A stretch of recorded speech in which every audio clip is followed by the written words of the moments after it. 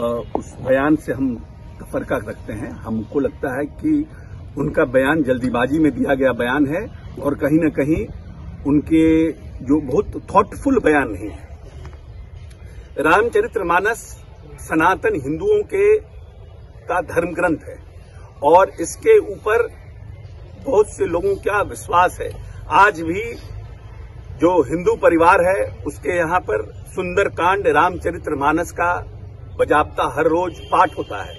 उसके बाप दादा, उसके माता पिता रामचरितमानस का पाठ करते हैं, रामचरितमानस की चौपाई को पढ़ते हैं, सुंदरकांड का पाठ होता है। तो वैसे चीजों के ऊपर किसी तरह का इस तरह का बयान देना ये उचित नहीं है। और जिस चौपाई का उन्होंने उल्लेख किया है वो चौपाई को उन्होंने जो कहा है कि मैं अधम जाति विद्या पाए भयउ जथा अहि दूत पियाए, मतलब कि उन्होंने इसको इस तरह से पुटअप किया है कि जो छोटी जाति के लोग हैं अगर वो विद्या पाते हैं तो वो एक तरह से सांप को दूध पिलाने के भांति है। इस तरह से उन्होंने प्रोजेक्ट किया है। मगर ये तुलसीदास जी ने ये नहीं कहा।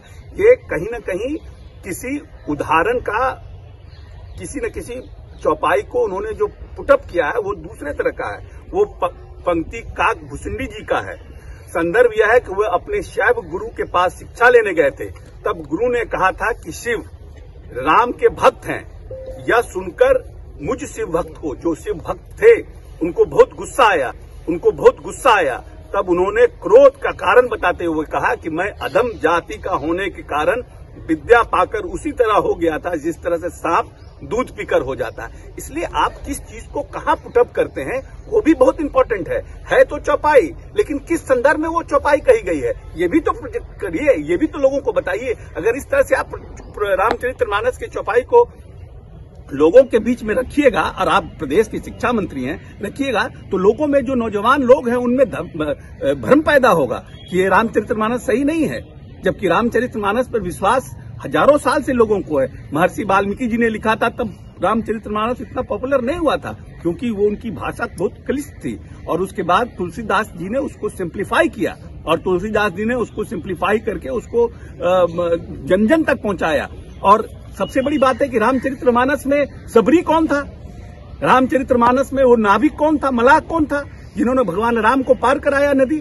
तो पूरी रामचरितमानस तो जो कहता है में जो दोहा है उसमें एक और चौपाई है, जाति पाति धनु धर्मु बराई प्रिय परिवार सगन सुखदाई सब ताजी तुम्हारी रह उराई तेही के हृदय रहु रघुराई। मतलब गोस्वामी जी महर्षि वाल्मीकि के माध्यम से कहते हैं कि प्रभु श्री राम जात पात धन धर्म बड़प्पन सब जिसने छोड़ दिया है उसी के हृदय में विराजते हैं। तो आप कॉन्ट्रडिक्शन को कैसे कॉन्ट्रडिक्ट कर रहे हैं? एक चौपाई बोल करके आप पूरे देश में कॉन्ट्रडिक्ट कर रहे हैं। एक चौपाई बोल करके आप पूरे देश में आपने पूरा सेंसेशन पैदा कर दिया, सनसनी पैदा कर दिया। 10 लोग आपको खिलाफ में आपके बोल रहे हैं और इससे महागठबंधन के लोगों के बारे में एक भ्रम पैदा हो रहा है कि हम लोग जो है हिंदू और रामचरितमानस विरोधी हैं।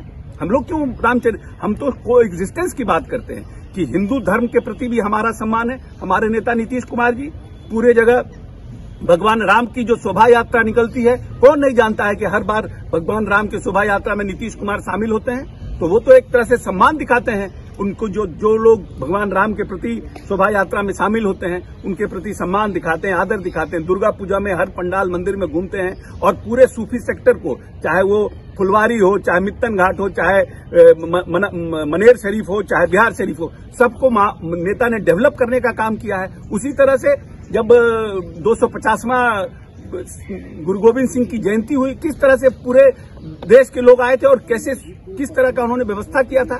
आज भी पंजाब के मुख्यमंत्री ने कहा था उस समय कि पंजाब में हम इस तरह की व्यवस्था नहीं कर सके जिस तरह की व्यवस्था नीतीश कुमार ने बिहार में किया है। तो हम तो कोएग्जिस्टेंस की बात करते हैं कि हम साथ में मिलकर के रहें, साथ में मिलकर के जाएं। तो इस तरह की भाषा और इस तरह की बात को, बयानबाजी को बंद करना चाहिए। तो माफी नहीं मांगेंगे, वो बोल रहे हैं माफी नहीं मांगेंगे। नहीं, माफी नहीं मांगेंगे वो अलग बात है, क्योंकि आरजेडी ने तो अब आरजेडी के जो प्रवक्ता उन्होंने तो साफ साफ कह दिया है कि ये उनका निजी मामला है। तो अब निजी मामले में, लेकिन हम तो उनका निजी मामले को भी कंटेम्प्ट करते हैं।